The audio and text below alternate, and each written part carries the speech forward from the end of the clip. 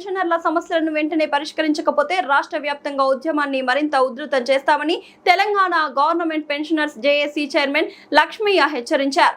శుక్రవారం హైదరాబాద్లోని ఇందిరా పార్క్ ధర్నా చౌక్ లో తెలంగాణ గవర్నమెంట్ పెన్షనర్స్ జేఏసీ ఆధ్వర్యంలో నిర్వహించిన భారీ ధర్నాలో ఆయన మాట్లాడుతూ పెన్షనర్ల సమస్యలను ప్రభుత్వం నిర్లక్ష్యం చేస్తోందని విమర్శించారు.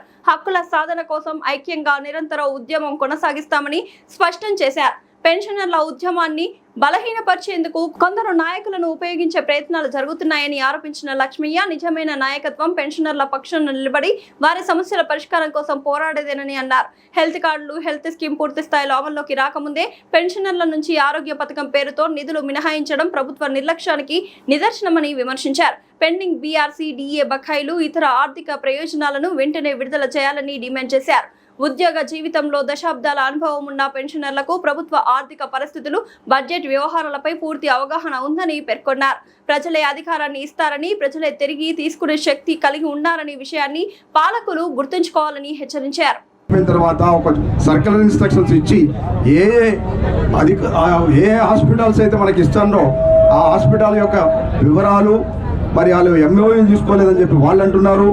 ఏది లేకుండానే మీరు మమ్మల్ని డిడక్షన్ చేసుకోవడం మాత్రం చాలా శోచనీయంగా ఉంది. మరి 6 జిల్లాల నుంచి 6 మనకు డిఎల్ రావాలి. భారతదేశంలో ఎక్కడ లేని విధంగా 6 డిఎల్ రావాలి. 3 సంవత్సరాల నుంచి ఇదిగో అదిగో అంటూ మనకు పిఆర్సీ వస్తున్నాం వచ్చే అది కూడా ఇంతవరకు ఏం లేదు. మరి పిఆర్సీ రిపోర్ట్ గారు వారు కూడా చెప్పారు, శివశంకర్ గారు చెప్పారు, కమిషనర్ గారు, అయ్యా నా దగ్గర ఏం లేదు, గవర్నమెంట్ పిలిపిస్తే 2 నిమిషాలు తీసుకొచ్చి ఇస్తాను, నేను అన్ని రెడీగా పెట్టుకున్నాం మేము అని చెప్తున్నారు. మీరు ఎందుకు ఇట్లా దోగూచులు ఆడుకుంటూ ఈ కార్యక్రమాన్ని నిర్వహిస్తూ మరి మన భట్టి గారు, ఆ తర్వాత మన సీఎం గారు ఇద్దరు కూడా తోడు దొంగల్లాగా తయారై ఉన్నారు. ఇక్కడ మన ముఖ్యమంత్రి తోడు దొంగలుగా తయారై మరి రేపు మాపనుకుంటా అందరినీ మభ్యపెడుతున్నారని చెప్పేసి మరి ప్రజల్లో అందరికీ తెలిసిపోయింది. మీ పద్ధతిలో ఉంటే చాలా కష్టమవుతుంది.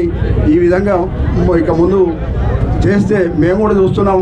అన్ని విధాలుగా మేము కూడా దగ్గర 3 లక్షల మందికి క్యాలిక్యులేట్ చేసుకుంటే మా ఓటు శాతం ఇంకా ఎక్కువ ఉంటుంది. మాకు 35 లక్షల మందికి మేము జవాబుదారీగా ఉన్నాం. మీరు అనుకుంటున్నారు మమ్మల్ని ఏం చేస్తారు, వీళ్ళు ఏం చేస్తారు పెన్షనర్లు అని అనుకుంటున్నారు, కానీ దానికి పరిణామం మాత్రం ఖచ్చితంగా ఎదుర్కోవచ్చుకొస్తుంది మీకు. మరి నేను చెప్పిన లాస్ట్ టైం కూడా చెప్పాం, ఇప్పుడు కూడా చెప్తున్నాం, రానున్న ఎన్నికల్లో మున్సిపల్ ఎలక్షన్స్లో అయితేనేమి, రానున్న మన జడ్పీటీసీ, ఎంపీటీసీ ఎన్నికల్లో కూడా మా తడాకా ఏమో చూపెడతాం. అందుకని మీరు ఇమీడియట్గా రేపు 15వ తారీఖుకెల్లా 15 ఆగస్టు నాడు మా డిఏల గురించి ఇమీడియట్గా ప్రస్తావించి ఇమీడియట్గా చేయండి. మరి అదేవిధంగా క్యాష్లెస్ ట్రీట్మెంట్ గురించి కూడా క్లారిటీ తీసుకొని ఇమీడియట్గా ఉత్తర్వులు జారీ చేసి, ఉత్తర్వులు లేకుండానే ఎవరికి బాధ్యత వాళ్ళే అంటున్నారు, అంతేగాని ఎక్కడి నుంచి ఇన్స్ట్రక్షన్స్ లేవు. ఏ పద్ధతిలో ఇవ్వాలి, మరి ఏ హాస్పిటల్స్ వస్తున్నాయి, ఏ రుగ్మతి కింద ఏ హాస్పిటల్ ఇస్తుంది అని చెప్పి కూడా సర్కులర్ ఇన్స్ట్రక్షన్స్ కూడా ఇంతవరకు ఇవ్వలేదు. దానివల్ల మేము చాలా ఇదిగా చేస్తున్నది. ఇమీడియట్గా ఇది ప్రభుత్వం ఆలోచించి నెసరైన ఇన్స్ట్రక్షన్స్ ఇవ్వాల్సిన బాధ్యత గవర్నమెంట్కి ఉందని చెప్పి తెలియజేసుకుంటూ ధన్యవాదాలు. రావాలి అని చెప్పి మమ్మల్ని ఆహ్వానిస్తే రాష్ట్రం నలుమూల నుంచి ఒక 10,000 మంది, ఎందుకంటే మేము అందరం కడుపు గాలి ఉన్నాం, డబ్బులు రాక అవస్థల పాలవుతూ నానా విధాల కష్టాలు పడుతూ అనేక మంది చనిపోతున్నటువంటి తరుణంలో ఇవాళ చేస్తే నవంబర్ 17, 2021 నాడు ఇదే ఇందిరా పార్క్ దగ్గర మా వాయిస్ వినిపించడం జరిగింది. అదేవిధంగా డిసెంబర్ 24 నాడు వారు కూడా ఇక్కడ ధర్నాలు చేపట్టడం జరిగింది. జేసీ వాళ్ళు కూడా ఏర్పాటు చేయడం జరిగింది.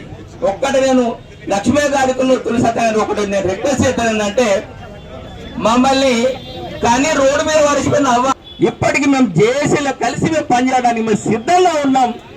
ఎప్పుడు మా గురించి అనేక సంఘాలు పోరాటం చేస్తే ప్రభుత్వం ఒక్కసారి మమ్మల్ని పిలిచి 100 రోజుల్లో 6,000 కోట్లు